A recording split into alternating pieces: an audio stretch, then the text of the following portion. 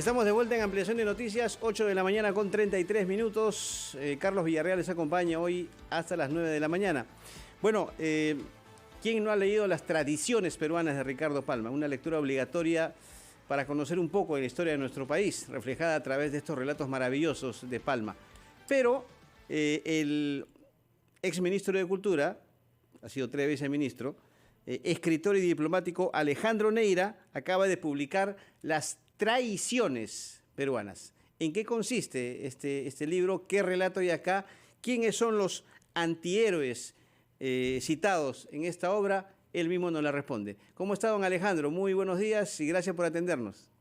No, muy buenos días. Un gusto saludarte, Carlos, sobre todo para poder hablar de algo que me gusta tanto como es la literatura y esto que tú has mencionado, las tradiciones peruanas. Estas tradiciones que han sido publicadas por Penguin Random House son historias de antihéroes de nuestra política, pero también del fútbol, de distintas épocas de nuestra historia. Y lo que quería era sobre todo recuperar parte de esto que tú has mencionado, la forma de escribir de Ricardo Palma, una forma relativamente ligera, entretenida, pero con muchas fuentes, para recuperar parte de nuestra historia. Y entre estos antihéroes, pues no es que sean historias sobre traidores necesariamente, pero sí historias en las cuales el contexto, sobre todo pues de la política y del, digamos, del escenario de la vida pública nacional, ha calificado a determinadas personas y personajes como traidores. Ahora, los conocidos... podríamos, antes, don Alejandro, podríamos decir que la traición forma parte o se constituye una especie de tradición peruana, diría, antipatriótica. Lamentablemente sí, de alguna manera es un poco lo que deja ver los relatos. Al final hay muchos momentos en los cuales lamentablemente han habido traiciones a la confianza, traiciones al público, traiciones entre actores políticos, pero también personas que fueron calificadas de traidores quizás sin merecerlo y que incluso a algunos de ellos les costó la vida o la vida pública, pero digamos, la traición no es una exclusividad tampoco pues del Perú, ¿no? Dante ubica a los traidores en el último círculo del infierno, justamente por eso, por ser personas en las cuales no se pueden confiar. La lealtad es un valor fundamental y poco preservado, sobre todo en círculos, digamos, de la vida pública. Entonces, hay varias historias que van desde Felipillo, considerado traidor, pues desde el inicio de los tiempos. Sí. Está Mariano Ignacio Prado, el presidente que se va dejando al Perú en medio de una guerra. Y bueno, hay varios mitos en relación a lo que sucede con Mariano Ignacio Prado. Está Torre Tagle, para mí es una figura incomprendida y un poco valorada a veces de la historia. José Bernardo de Tagle, el marqués. Sí, se le considera traidor al final de sus días, pero es quien al inicio del proceso de la independencia declara la independencia de Trujillo y ayuda a San Martín y a la Escuadra Libertadora al proceso independentista. Y otros también un poco más cercanos en el tiempo, Vargas Garayar, que fue el último peruano fusilado por traición a la patria. Ajá, Vladimiro Montesinos, que fue condenado por traición a la patria, y después, bueno, el aspecto que yo ubico más bien es la vida personal o sentimental de Montesinos, que termina siendo traicionado él mismo. Y bueno, sabemos todos la historia de Montesinos, el propio de Manuel Guzmán, y algunos, digamos, que forman parte de otra historia y que yo quiero de alguna manera también salvar en el prestigio, si se puede, porque... ¿Como cuáles, por ejemplo? Tú que eres futbolero también, Carlos. Sí. Juan Reynoso fue calificado como un gran traidor hace un par de décadas, en los años 90, por 1993, por cambiarse del clásico rival. En ese momento fue un escándalo, no sé exactamente por qué, si por el momento mismo de nuestra historia, ¿no? Porque han habido muchos casos antes y después. Y otro, que también seguramente recuerdas, es Eusebio El Chevo Acasuso.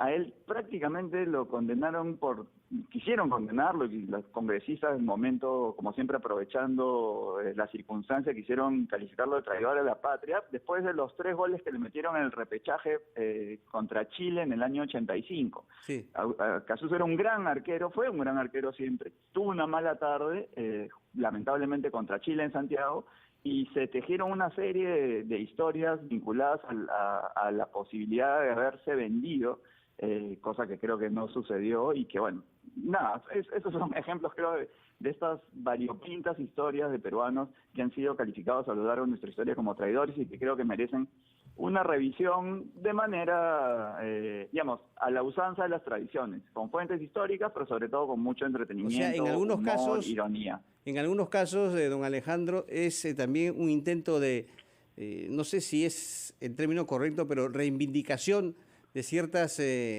figuras del pasado que quizás recibieron ese apelativo o ese mote de manera injusta. Sí, el propio Torretale, Miguel Iglesias, ¿no? El presidente que firma el Tratado de Paz con Chile, creo que merecen una lectura, digamos, la historia y los personajes y las personas, y uno cuando entra en la vía pública además se da cuenta, no son ni buenos ni malos, hay muchos matices. Las historias en las cuales califican a alguien de traidor terminan siendo muchas veces injustas, y de alguna manera estas historias en las cuales hay espías y hay personajes que poco conocidos actualmente, como por ejemplo Eudosio Rabines. Eudosio Rabines es un gran personaje de la vida pública peruana, periodista, que funda el Partido Comunista en los años 20-30 y termina siendo calificado como agente de la CIA. Entonces ese cambio radical ideológico hace que lo califiquen de traidor, sobre todo las personas de izquierda del siglo pasado, y que, bueno, también como todos estos personajes tienen una serie de motivos personales, y eso es lo que finalmente me interesa. Podría, don Alejandro, aquí en este caso ampliarse para una segunda versión, porque casos de estos y personas calificadas de esa manera conocemos y muchos, ¿no? Seguramente. Un ejemplo, simplemente para no irnos muy atrás en el tiempo, ¿no? El caso Martín Vizcarra y Pedro Pablo Kuczynski. ¿Podría ser considerado para usted traición ahí? Justamente yo pongo los epígrafes de algunas frases famosas de ellos, porque creo que lo que he tratado de hacer es no incluir a personajes políticos actuales, uno por obvias razones, pero lo segundo es porque creo que para poder entender a los personajes hay que dejar que pase un poco el tiempo, que es lo que hacía también Ricardo Palma. Ricardo Palma no hablaba tanto, hacía referencias a su tiempo como lo hago yo y como hago esto en los epígrafes incluso, pero claro, hay momentos en los cuales se traiciona la confianza. El Vacunagate, por ejemplo, yo creo que es un caso en el cual hay traición a la confianza pública, que es gravísimo finalmente. Entonces, ese tipo de casos en los cuales seguramente va a tener que pasar un poquito más de tiempo para hacer la evaluación de todo lo que pasaba en ese momento, para entender si alguien traicionó o no al país, a la patria, o como dicen algunos políticos, ¿no? Cualquier disidencia es una traición. Pues bueno, hay que ver, y seguramente, mire, son 16 los que yo he incluido, ya ahora mismo varios, así como tú, Carlos, me dicen, pero has incluido a tal o a cual, o más recientes, evidentemente, ¿no? Yo ahí creo tendrá para un nuevo volumen. Seguramente habrán varios que incluyen en una segunda parte nuevas traiciones, nuevos traidores, y nuevos casos en los cuales, digamos, la traición es una tradición política, eso sí, seguramente, para entrar en la pregunta. O sea, podemos, no sé si será muy dura la expresión, pero podemos hablar de que la historia del país es una historia de la traición. Se puede decir que a través de las personas consideradas como traidoras y de la traición se puede hacer una historia, sí.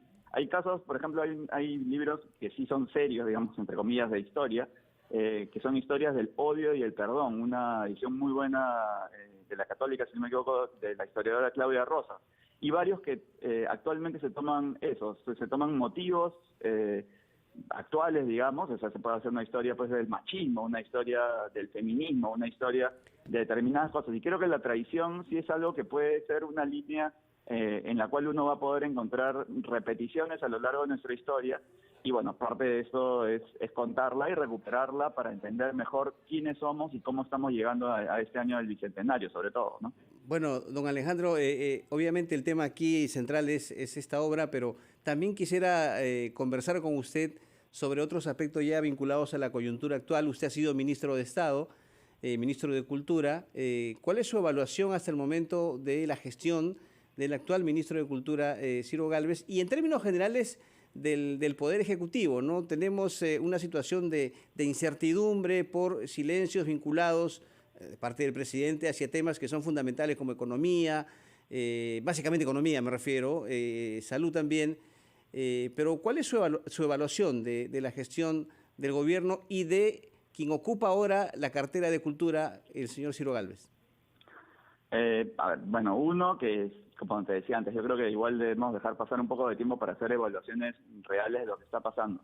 Lo que creo es que para este gobierno está costándole un poco acomodarse a la realidad de lo que significa el Estado. Creo que son personas que no han tenido conocimiento de lo que significa el desarrollo de políticas públicas, y creo que lo principal, creo que es positivo, por ejemplo, en el caso de Cultura, que se busque dar una mayor visibilidad a los pueblos originarios, a las lenguas originarias, pero creo que también se parte de un desconocimiento de lo que ya se venía haciendo, y creo que lo que importa en este caso es que el gobierno escuche, como en todos casos, ¿no?, las voces públicas de lo que quiere, creo, las personas. Los ciudadanos quieren más transparencia.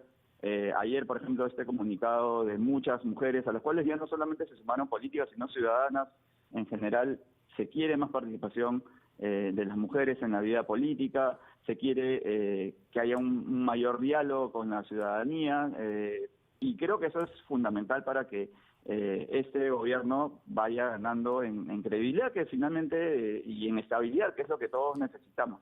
Y en el caso de Cultura, creo que, y eso se lo pude decir al ministro Gálvez, creo que algo de lo que tratamos de hacer en la gestión pasada es dejar las políticas públicas claras. A mí, yo no soy un político, pero sí me gusta hacer políticas públicas, y es la única forma que tenemos de ir avanzando en solucionar los verdaderos problemas de nuestro país. Tenemos una política nacional de cultura, política sobre pueblos originarios, y creo que esa es la forma en la cual se puede ir logrando avanzar en la agenda pública en temas fundamentales en los cuales creo que todos queremos que le vaya bien a este gobierno, todos queremos que le vaya bien al país. No queremos traicionar, poniendo el título, no queremos que haya una traición finalmente a la voluntad de todos los ciudadanos que eligieron al presidente Castillo y que quieren que le vaya bien, como seguramente todos queremos. Muy bien, don Alejandro Neira, muchas gracias. Muchas gracias a ti, Carlos, un gusto. Alejandro Neira, ex ministro de Cultura, estuvo con nosotros, 8:46. Vamos con nuestros anunciantes y regresamos para conversar con la tercera vicepresidenta del Congreso, Patricia Chirinos.